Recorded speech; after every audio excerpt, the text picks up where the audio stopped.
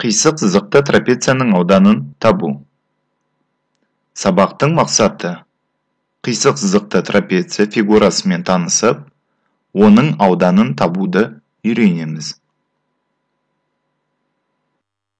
Анықтама: жоғарыдан үзіліссіз теріс емес y тең fx функциясының графигі мен, ал төменгі жағынан ox осінің a, b кесіндісімен, бүйір жақтарынан x тең a, x тең b түзулерінің кесінділерімен шектелген жазық фигураны қисық сызықты трапеция деп аталады. Оған мысал келтірейік. Суретте берілген барлық боялған фигуралар қисық сызықты трапеция болып табылады.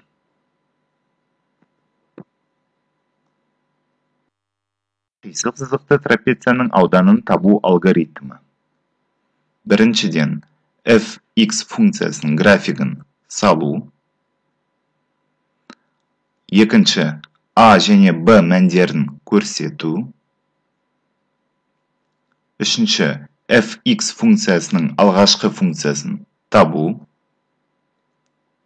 Және соңғысы, s тең fb минус fa формуласын қолданып, фигураның ауданын табу. Мысал келтірейік. y тең x квадрат, y тең 0, x тең 1, x тең 3 қисықтармен шектелген қисық сызықты трапецияның ауданын табайық. Алгоритм бойынша алдымен fx функциясының графигін саламыз.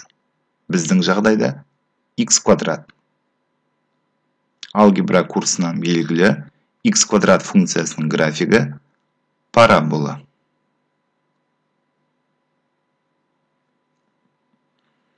y тең 0 функциясының графигін салу үшін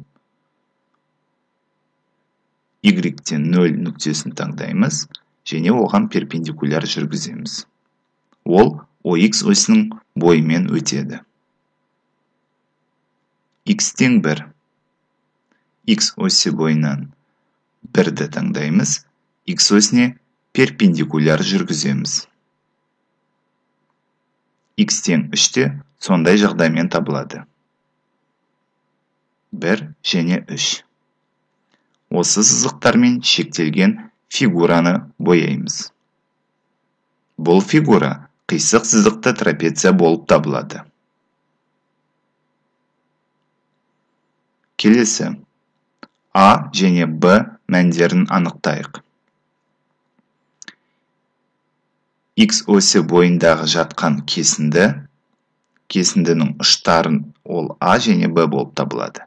Кішісі A тең 1, үлкені ол B тең 3.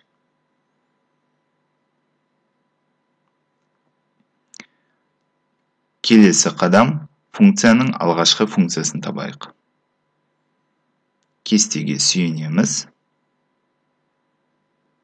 Және оның алғашқы функциясы x куб бөлінген 3. Осы алғашқы функциядағы x-тің орнына b-ның және a-ның мәндерін қоямыз.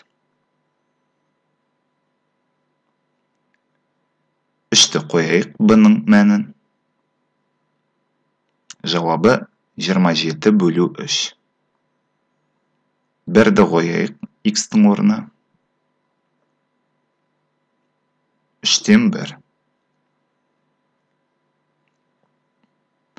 Аудан табатын формуласын қолданып, осы фигураның ауданын табамыз. fb азайту fa. s тең 3-тен 27 азайту 3-тен 1. Тең болады 3-тен 26. Аудан болғандықтан квадрат бірлік өлшем бірлігін жазамыз. Осы мысалды қолданып, тапсырмаларға көшейік.